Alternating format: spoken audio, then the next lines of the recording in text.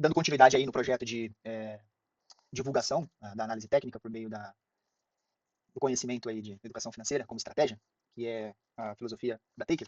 Então eu vou trazer hoje a análise da Google, da empresa Google. Agora é só fazer uma explicação prévia de como eu escolho essas empresas, por que eu venho escolhendo elas e qual que é essa dinâmica, né, o que leva a essa tomada de decisão. Então, basicamente é o seguinte, operando no mercado internacional, a gente procura por mercados onde existe mais liquidez. Liquidez é mais dinheiro na mesa, é mais facilidade de compra e de venda. E essas empresas do mercado americano, elas rodam muito dinheiro dentro do mercado. Então, a gente decidiu tomar essa iniciativa de analisar como início as 7 magníficas, que são as 7 principais empresas dos Estados Unidos. Mas a gente vai acabar passando por muitos outros ativos de outros segmentos também. Não analisaremos só empresas que estão em bolsa com as suas ações, não vamos analisar só o mercado acionário, vamos analisar o mercado de criptomoeda, mercado de commodity, vamos para o Forex, vamos analisar os índices. Só para esse início de trabalho, a tomada de decisão é analisar empresas que a gente já pode abrir operações que fazem sentido e que já vão servir como um parâmetro de publicidade do trabalho. Então, a gente sempre procura capturar oportunidades visando o momento geopolítico e o momento macroeconômico, que essas empresas elas estão vivenciando justamente por causa da dinâmica das relações econômicas mundiais. Então, a gente sabe que está acontecendo uma guerra no Irã, essa guerra está sendo conduzida pelos Estados Unidos em parceria com Israel. Por conta dessa guerra, a questão geográfica do Irã ali no Estreito de Hormuz, que está sendo bem falado na mídia, eles estão afetando, né, a distribuição do petróleo. Com essa questão do petróleo, a gente não se limita a essa questão como único problema, acaba afetando rota aérea, então fechamento de rota aérea e marítima, cadeia produtiva, logística, consumo, tudo isso afeta as empresas. E aí a gente vai olhar para essas principais empresas do mercado americano e vamos tomar a decisão, pautado na análise técnica, olhando para o gráfico, mostrando o que o gráfico está dizendo, confluindo com as questões macroeconômicas e geopolíticas. Então, basicamente, se essa guerra se estende, ela vai afetar então toda a cadeia logística, o consumo e aquilo que eu acabei de citar. E dessa forma, o que acontece? Empresas como a Apple, por exemplo, ela pode ser afetada de cara pela questão do consumo e questão logística. Ponto. A gente já selecionou a Apple. Então a gente dividiu por setores. Então, as Big Techs eu escolhi Apple e Google pela questão de posicionamento hoje perante a macroeconomia e por critério de gatilho técnico que o gráfico está dando oportunidade. Empresa de semicondutor, eu vou trazer a análise da AMD, que também é um setor bem sensível. E por fim, a empresa de aviação. Eu já separei a American Airlines para a gente poder fazer a análise, vou trazer também agora, ao longo dos dias, vou passar por essas empresas. São empresas que serão afetadas negativamente, possivelmente negativamente, com a duração aí estendida da guerra. Porém, a gente também entende que outros segmentos serão favorecidos. Segmento, por exemplo, como de defesa. Nos Estados Unidos, as empresas de defesa elas acabam tendo valorizações expressivas quando os Estados Unidos está em guerra, porque acaba injetando mais dinheiro nessas empresas e elas acabam se valorizando. A empresa do momento ela se chama Palantir.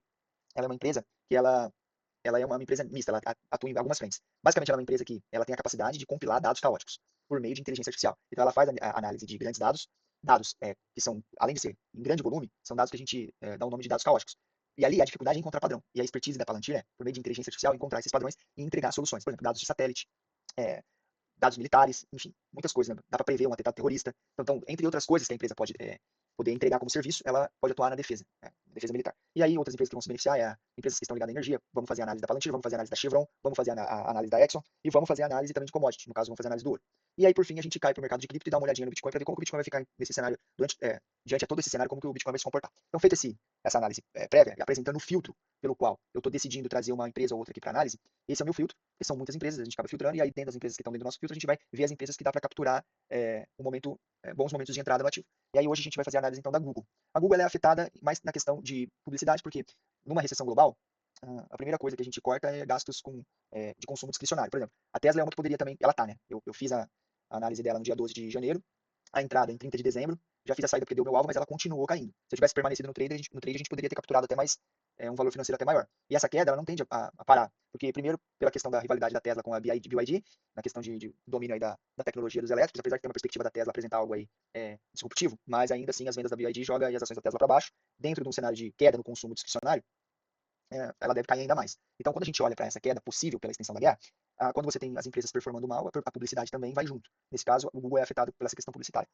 Mas, então, o viés macroeconômico aponta para uma questão agora de retração do ativo, mas a gente vai para o gráfico para verificar se isso aí se confirma e se é um momento de entrada ou não.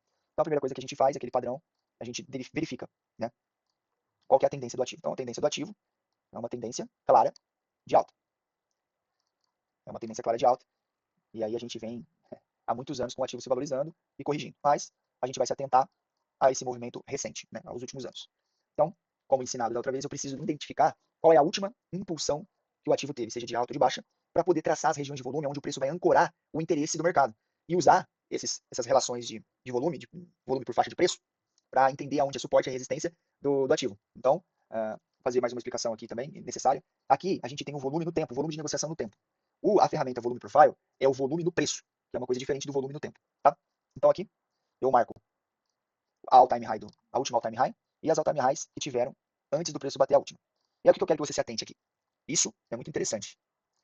Quando o preço desse ativo fez all-time high e ele renovou o topo, ele voltou para testar o topo antigo. Então aqui ó, você pode perceber o seguinte. Quando ele fez esse topo aqui, e aí ele renovou um topo maior, ele voltou e fez o quê? Reteste em cima do topo antigo.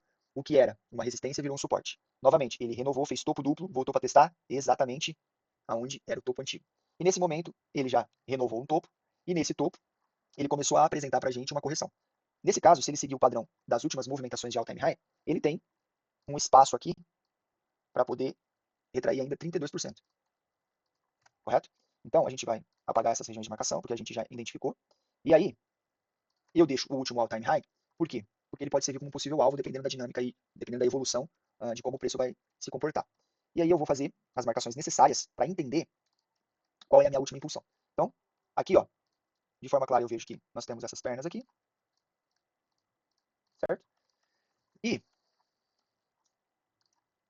vou considerar toda essa impulsão,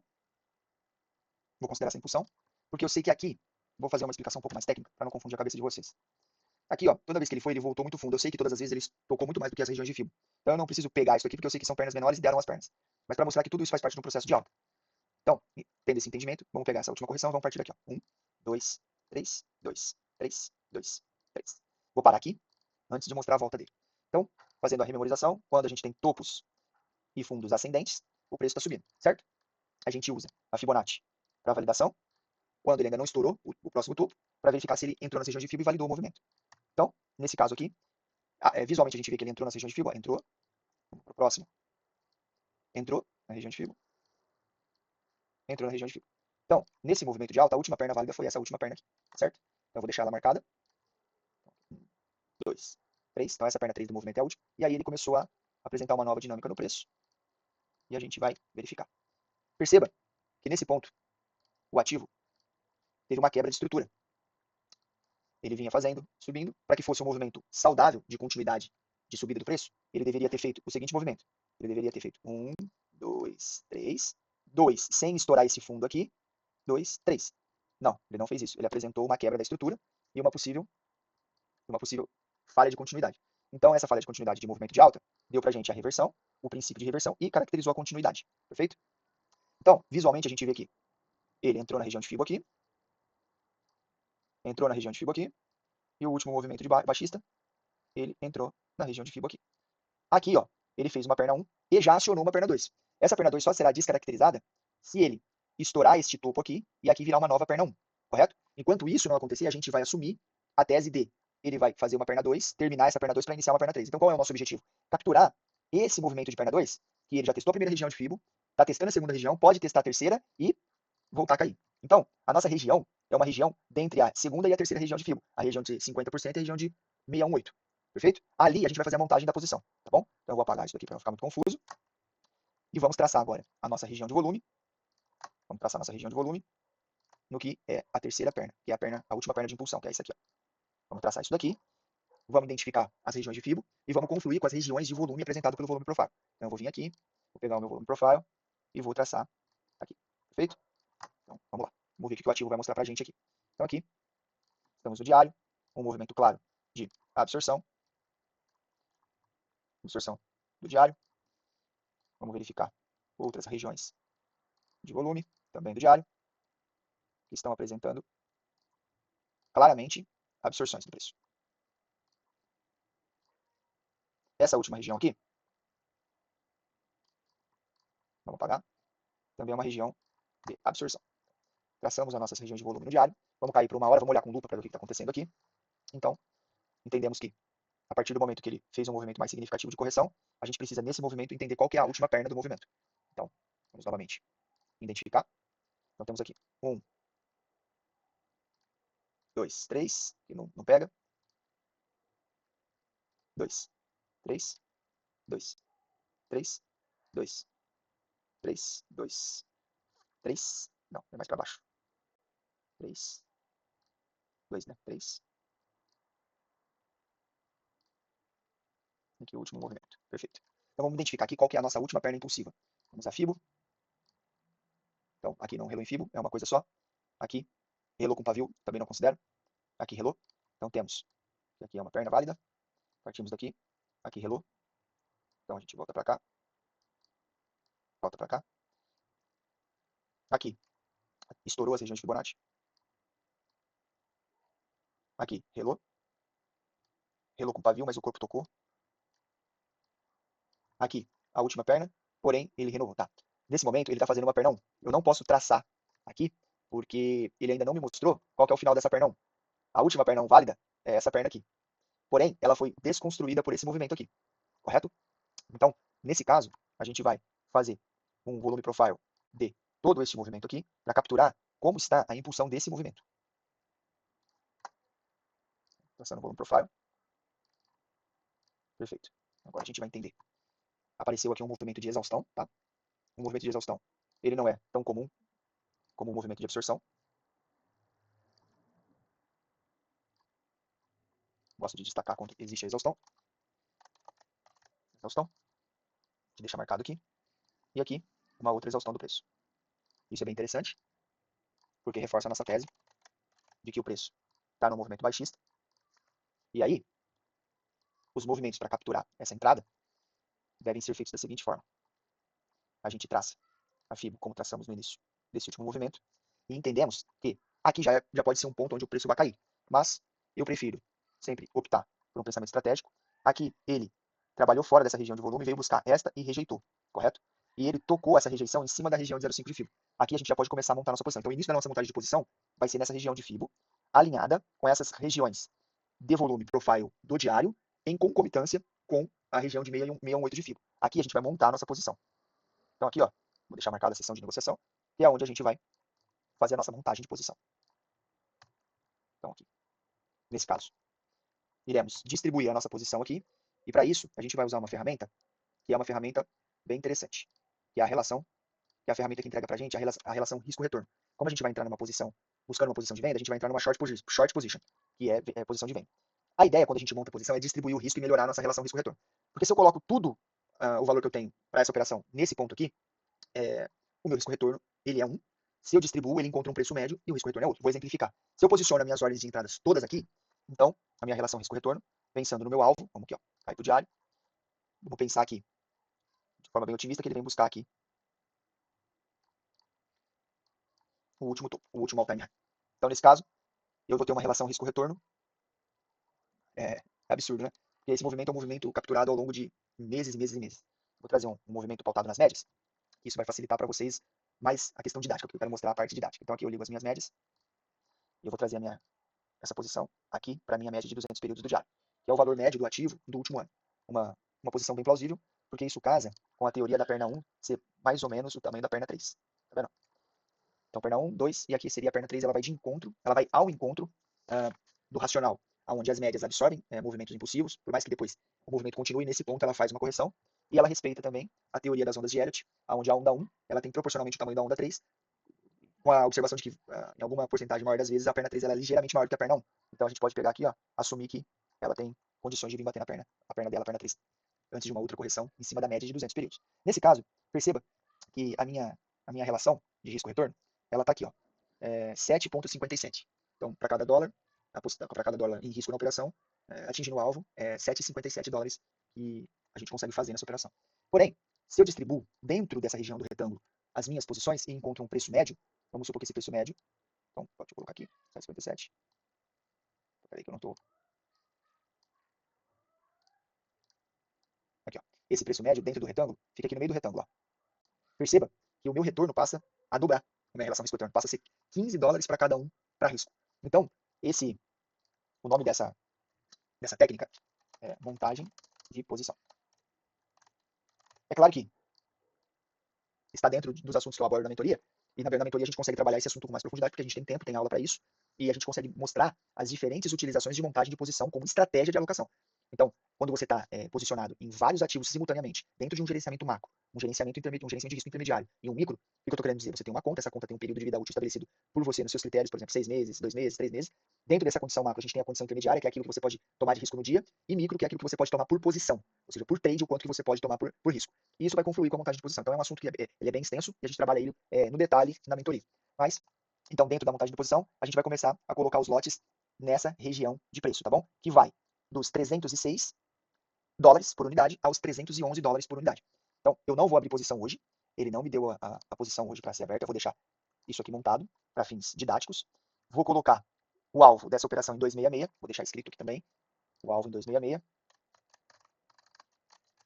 266, e esse trade só não vai fazer mais sentido se ele romper o topo anterior, que está em 318. Meu stop, então, stop em 311 é onde eu estou assumindo os meus preços médios.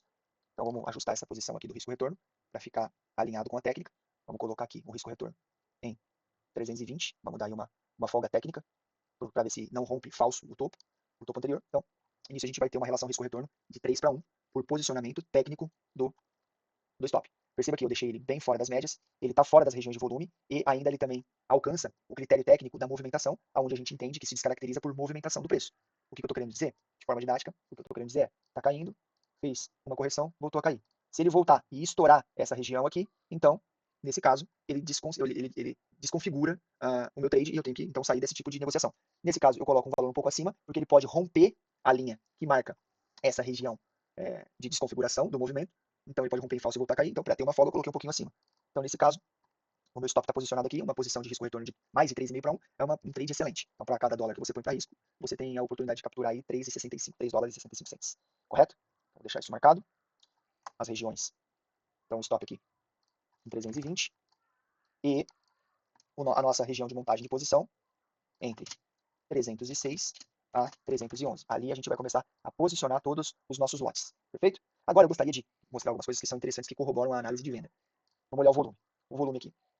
Ele teve um volume comprador na queda do topo, do all-time high, que não foi suficiente para retomar o movimento de alta do preço. E a partir daí, ele teve, acima da média, 2 vezes o preço, a negociação ganhando na venda e 2 ganhando na compra. Porém, a movimentação de compra ela está sempre muito abaixo da média. E ele teve um momento mais comprador e, mesmo assim, não conseguiu descaracterizar o movimento de venda. Nesse momento,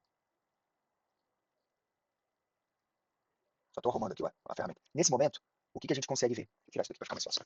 Nesse momento, o que a gente consegue ver? E é super interessante. A gente consegue perceber que existe no diário uma tendência das médias apontarem para baixo e desse preço vir testar esse valor de referência do último ano.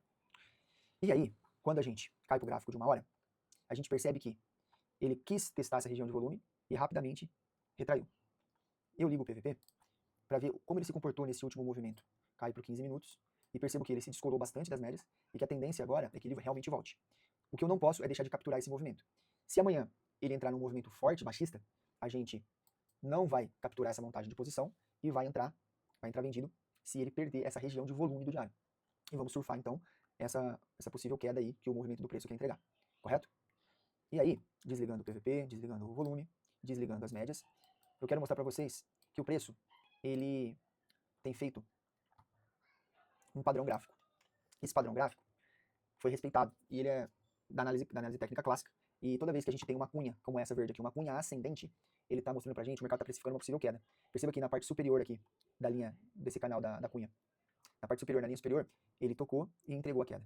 Depois, ele começou a formar uma cunha descendente de alta. Ele tocou hoje na parte inferior, ele deu trade. E aí, como eu estou buscando um cenário de um prazo maior para a operação, foi interessante esperar que ele tocasse no final dessa cunha e entregasse o movimento. O que se espera para o dia de amanhã é que ele venha testar essas regiões de volume e nos mostre uma rejeição. Como que eu consigo identificar uma rejeição na região de volume? Um pavio fora da região e rapidamente um retorno a esses valores. Nesse caso, ele já está longe das médias, uma expansão do preço, aumentando o distanciamento das médias, dá para a gente uma tranquilidade de entrar vendido para capturar inicialmente o retorno às médias, realizar parcial e deixar esse preço tocar na média de 200 períodos do diário. Tá certo? No gráfico diário, vamos ver se ele está entregando para a gente um padrão gráfico. Está entregando sim um padrão gráfico. Qual que é o padrão gráfico? Ombro, cabeça e ombro. Por que eu não considero já a cunha? Porque o padrão da cunha, ele fez e entregou o resultado do padrão da cunha ascendente. Então, nesse caso, o que está acontecendo aqui é um ombro, cabeça, ombro, que nada mais é um padrão de reversão. Ombro, cabeça, ombro. O que significa? Que ele deixou o padrão antigo, que era topos ascendentes com fundos ascendentes, e começou a reverter o preço, tá certo? É isso que ele está mostrando pra gente no diário. E isso corrobora com a nossa tese, tá certo? Então temos aí, vamos desligar essas ferramentas, e aí eu vou finalizar essa análise dessa forma. Nós temos, então, os pontos de interesse para vender. Vamos esperar por essa dinâmica amanhã, ou na quarta-feira, vamos ver quando que essa dinâmica vai ser validada, para poder fazer essa venda. Nessa análise, a gente apresentou, então, conceitos como a utilização de ferramentas de risco-retorno, alinhadas com a montagem de posição, price action e análise técnica clássica, e movimentos conciliadores de macroeconomia, geopolítica e análise técnica. Então, iremos vender Google nos próximos dias. Quando eu fizer a venda, eu vou colocar no meu aplicativo. Quem já tiver no aplicativo vai capturar essa oportunidade. Quem não está no aplicativo, manda um e-mail, manda um direct para mim, manda uma mensagem, me manda um e-mail que eu mando um convite para você receber o aplicativo. Esses primeiros meses onde eu estou divulgando meu trabalho, ele é gratuito. E, no mais, se você puder me seguir, dá um like no vídeo, ajudar nesse início de caminhada aí, tá bom? Fico grato aí se você acompanhou até aqui e teve paciência de escutar a análise. Eu gostaria de fazer uma observação, que eu tinha feito a análise, no transcorrer da explicação eu deixei passar uma informação também que é bem importante. Eu tenho essa ferramenta aqui que é o índice de força relativa. O que é a força do movimento do preço? É o quão rápido o movimento se desloca para cima ou para baixo, tá? O quão rápido e em qual quantidade de movimentação, né? 10%, 2%, 20%, isso é o índice de força relativa do preço. E a gente percebe que essa ferramenta aqui onde está aparecendo Beer e Bull, ela mostra pra gente quando esse índice de força relativa, ele não acompanha o preço. Perceba que quando aqui o preço está subindo e o preço ele renovou topo, ou seja, ele teve um topo aqui, vou pegar esse ponto aqui, ó. Ele teve um topo aqui e depois ele teve um topo mais alto aqui, levemente mais alto. Vou desligar a ferramenta, que é para vocês entenderem o ponto que eu estou querendo mostrar. Então aqui, ó, ele teve, ó, uma leve inclinação. Essa reta está inclinada para cima. Aqui, no índice de força relativa, onde essa ferramenta ela consegue medir cada candle por candle, na somatória deles, qual é o tempo que ele está levando para deslocar o preço de um ponto a outro, o tempo que ele está levando e o quanto que ele está, qual é a volatilidade que ele tá tendo de um ponto a outro. Ele consegue calcular isso, e aí ele consegue perceber que nesse ponto aqui está diminuindo essa força. E quando a força ela começa a diminuir, ela não renova topo. Aqui renovou topo, o preço renovou topo, só que a força, os entrantes, os que estão comprando e fazendo o preço subir, já está sendo menos, a força está se perdendo, o momento está deixando de acontecer. E aí a gente consegue então capturar excelentes momentos para vender ou para comprar. O que acontece é o seguinte, no gráfico diário, a gente está tendo um movimento bull, ou seja, essa queda aqui, ela apresentou uma perda de força, uma perda de momento. Então, é possível sim que dentro dessa nossa tese, esse movimento corretivo, né, de subida do preço, ele continue e pode ser que amanhã, ou quarta-feira, ou quinta, a gente não tem bola de cristal, esse preço no diário, esse índice de força relativa, venha visitar regiões de sobrecompra ou sobrevenda. Caso isso aconteça dentro da nossa montagem de posição, é perfeito. Caso aconteça antes da montagem de posição, a gente observa e redefine a rota. Porque ele pode mostrar para a gente, dentro de uma região de sobrecompra, uma divergência. Essa divergência é também um dos indicadores técnicos para a gente tomar a decisão de já entrar na operação. Então também a gente consegue usar essa ferramenta aí para corroborar a decisão. Tá certo? Então só queria trazer mais essa informação aí que eu julgava pertinente. Obrigado.